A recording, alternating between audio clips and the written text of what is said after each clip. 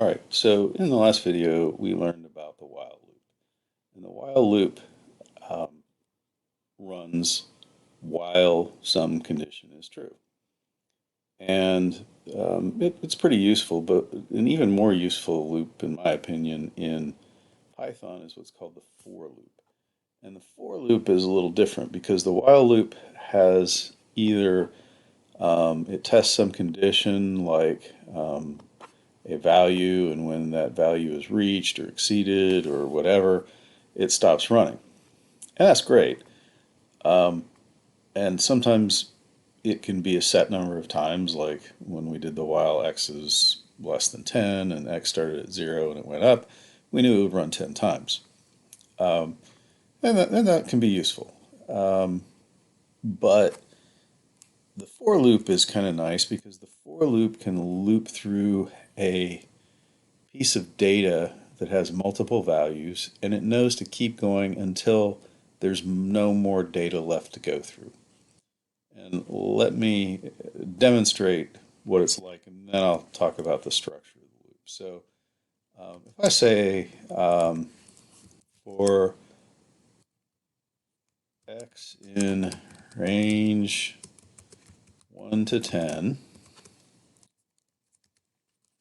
print x, and I run this, I am going to get the numbers 1 through 9.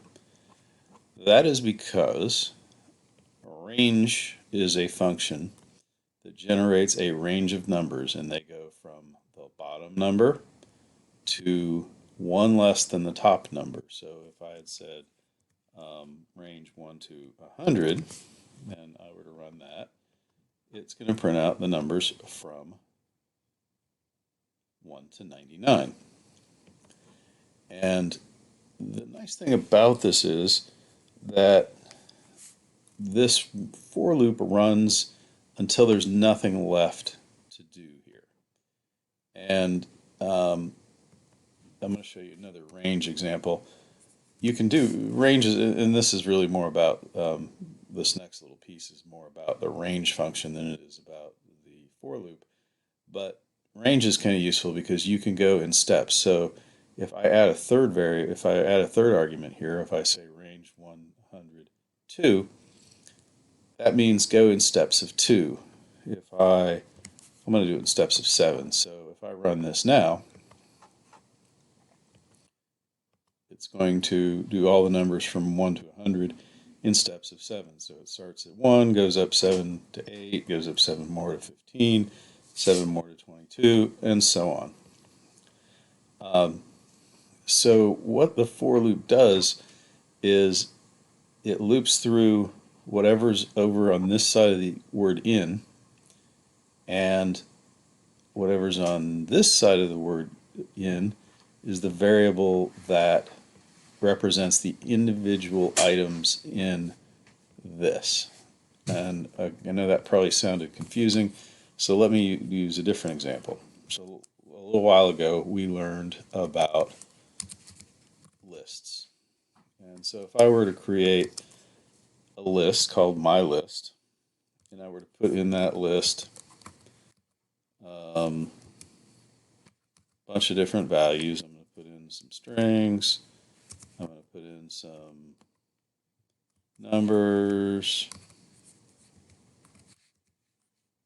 whatever. So I have a list here, and I'm going to say for x in my list, print x. And I'll run this module, and it's going to print out A, then 3, then R, then 4, then 5, then 6. So what it did was it looped through my list. My list is what we call an iterable. An iterable is something that has more than one value, and that Python can go through one at a time. And a list happens to be an iterable value. So when I say for x in my list, it's saying go through my list, and each time through this loop, have x represent one of the items in the list. So the first time through, it represents the A. The The second time through represents the 3, the R, and so on. Now there's other iterable things. Strings are actually iterable, so if I have a string, and I'm going to change its name, if I say my string equals hi, how are you, and I run it, it's going to iterate through my, whoops, I didn't change it here. It's going to loop through my string, and each item is going to print out. So it prints out an H, then an I, then a space, then an H, then an O, then a W, then a space, and so on. So it goes through that. Now, an important thing that confuses people sometimes is sometimes people think that this X is special in some way. I usually don't use the letter X. Usually I say for item in my string, print item. And it's going to do exactly the same thing because basically what you're doing is you're creating a variable that is going to represent the individual items in the in this variable. So when I say for item in my string print item, then item becomes an H, then an I, then a blank, then an H, then an O, then a W, and so on. I could call this whatever I want. If I said for kangaroos in my string, print kangaroos, I'm going to do the same thing. That doesn't matter the name of the variable you use. So a lot of times in examples, you're going to see that I use for items or item in my string, print items. That's just because items is kind of what I learned to use as that variable, but it doesn't have to be. All right, so this is extremely useful for a number of reasons.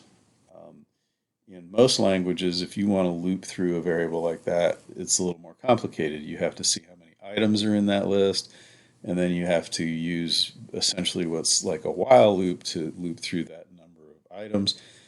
But Python does it for you. Python knows how many items are there and loops through exactly the right number that you need to. So let's put this in a,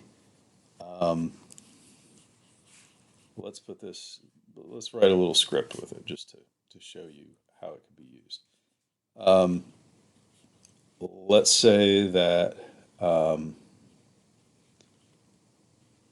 we have a list, which we'll call my list, and my list has some integers in it, so I'm just going to make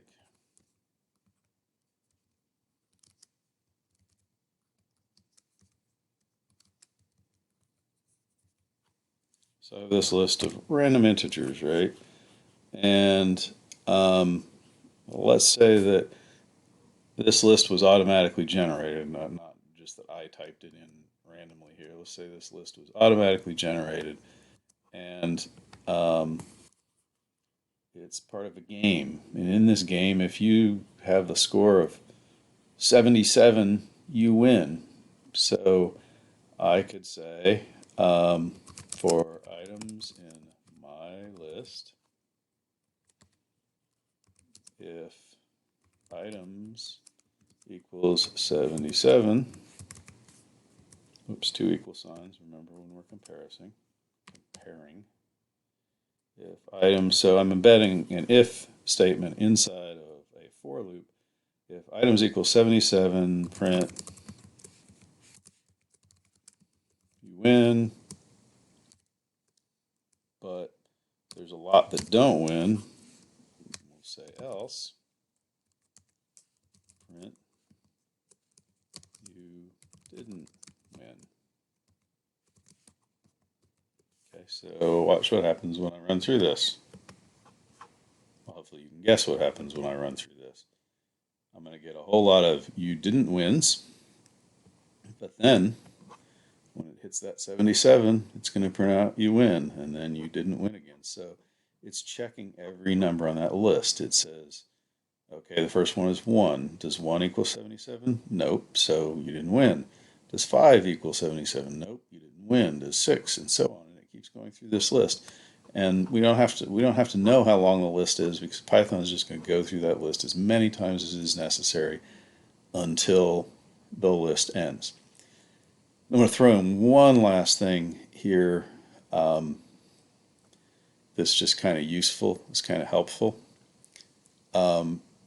Sometimes you want to go until you find a value, and then you want to stop. You don't want to go anymore. You want the for loop to stop.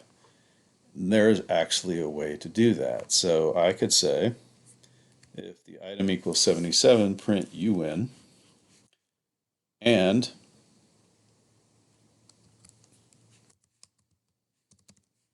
then I can put break. And what break does is it breaks you out of a loop. When you're in a for loop, or a while loop for that matter, break will break you out of it. So watch what happens now. So you notice the first time when I went through it, it went all the way through. It tested every one. It tested the 77, it said you win, and then it tested the 5, and it said you didn't win. But you'll notice here, when it got to the 77, it said you win, and then it saw the break, and the break said, whatever loop I'm in, stop running the loop. So break can break us out of one of these loops. There is one other thing we can do, which is what's called continue. So let's say that I want to print out all of the items in my loop, but I don't want to print out the 77. So I could say, if items equals 77, continue. All right, continue just says go on to the next item in my list. So if I run this now, you'll see it prints out all that you didn't win. So when it hit the 77, it said continue, which just jumped it out to the next iteration of our loop. So in this case, that wasn't that useful, but continue and break can be really, really useful at times, and I just want you to be aware they exist. All right, so today's assignment, you are going to be creating a couple of for loops, and they're going to have some embedded if else statements in them too. So yeah, so that is for loops.